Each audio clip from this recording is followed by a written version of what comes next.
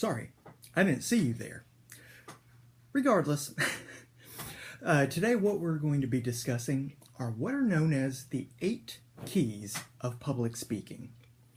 Now, these 8 keys of public speaking are going to be at the foundation and the core of every single speech that you have in this class.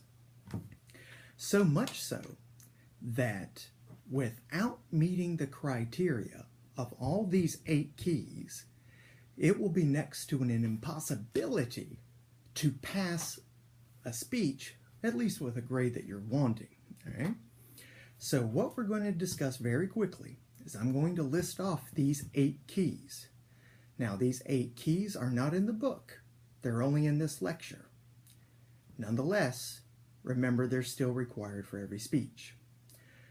So make sure that you know them, you jot them down, because they will be on an exam and they'll definitely be on the homework this weekend.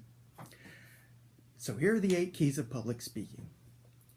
The first 4 are constructional keys, as in you cannot build a speech without these 4 foundational elements. And the last 4 keys are all about your performance and your delivery, the quality of your delivery. The first key is called the attention-getting device. Attention-getting device. Now, there are 3 ways, or 3 types of attention-getting devices, I should say. But before I give you these types, let's rewind for a second.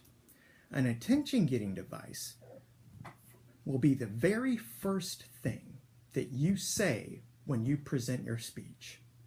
You do not open your speech or begin it by saying, "Hi, how's everyone doing today? Gee, I'm so nervous. My topic today..." Yeah, no.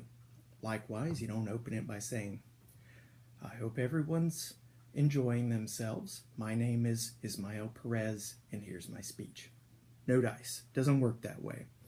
So the only 3 proper ways to open your speech are: 1, use a rhetorical question.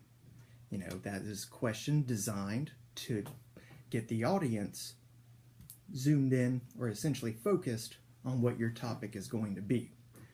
A good example is, say my topic was, I don't know, chess.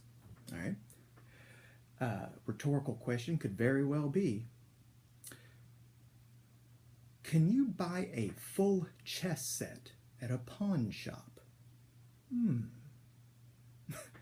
Nonetheless, that's one way. The second way you can open your speech is by telling a joke. All right? You can use a joke to begin your speech. Just make sure it's relevant to the topic. And lastly, the final way you can open your speech is by using a quotation. All right? You can say, "Ask not what your country can do for you, but what you can do for your country," by John F. Kennedy. The only catch with using a quotation is you do have to make sure you cite the author of it. All right? So you know how to begin your speech. The second key that you need to know is time. All right? There will always be a minimum time for your speech and a maximum time for your speech. So ideally, what you try to do is hit the middle.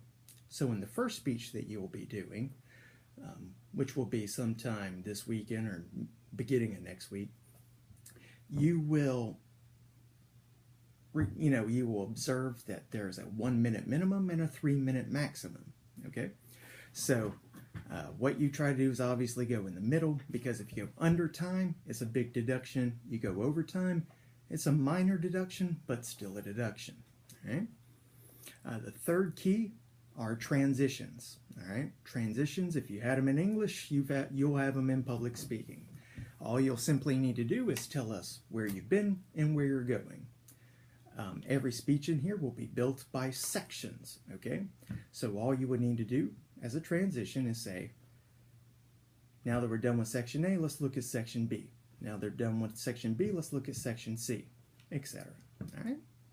The last and final key for the constructive keys, so this is number 4, and that is the conclusion. All right? A conclusion is made of 2 parts.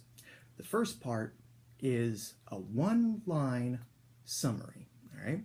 Your summary for every speech should only be 1 sentence max. Okay? you shouldn't pad your conclusion, because that padding should go in the body of your speech. Padding a conclusion is usually a sign of not being prepared. And the last key element that you need to have for key number 4, so the 2 parts, first part's a one sentence summary, and the second part is a closing line. All right? You need to think of a closing line that we're going to end, or no, I should say what we're going to remember the most about you. So likewise, just like the attention-getting device, you will either close your speech by using a rhetorical question, a joke, or a quotation. All right? It can't be the same that you used in the attention-getting device, but it can't, like, for example, you can have a joke as a attention-getting device and have another joke as a closing line. They just can't be the same joke. All right? Or you can begin it with a rhetorical question and end it with a quotation. It's up to you. No matter what, though, you end the speech very similar to the way that you begin it. Now let's move on to the delivery keys. And like I said, these are going to determine the majority of each grade you get. But the 5th key that you need to know is confidence. All right? Every speaker has got to exhibit a type of confidence. But there's 3 things you're graded on when it comes to confidence. So 5th key, confidence, 3 elements. First element, eye contact. All right? This will be kind of hard, especially in the way that you'll be doing it. But nonetheless, you'll have your 6 members of the audience sitting in front of you, and obviously whoever's recording you. So no matter what, I need to see your eyes looking at them or the camera for at least 80% of the speech. Now notice that percentage, 80.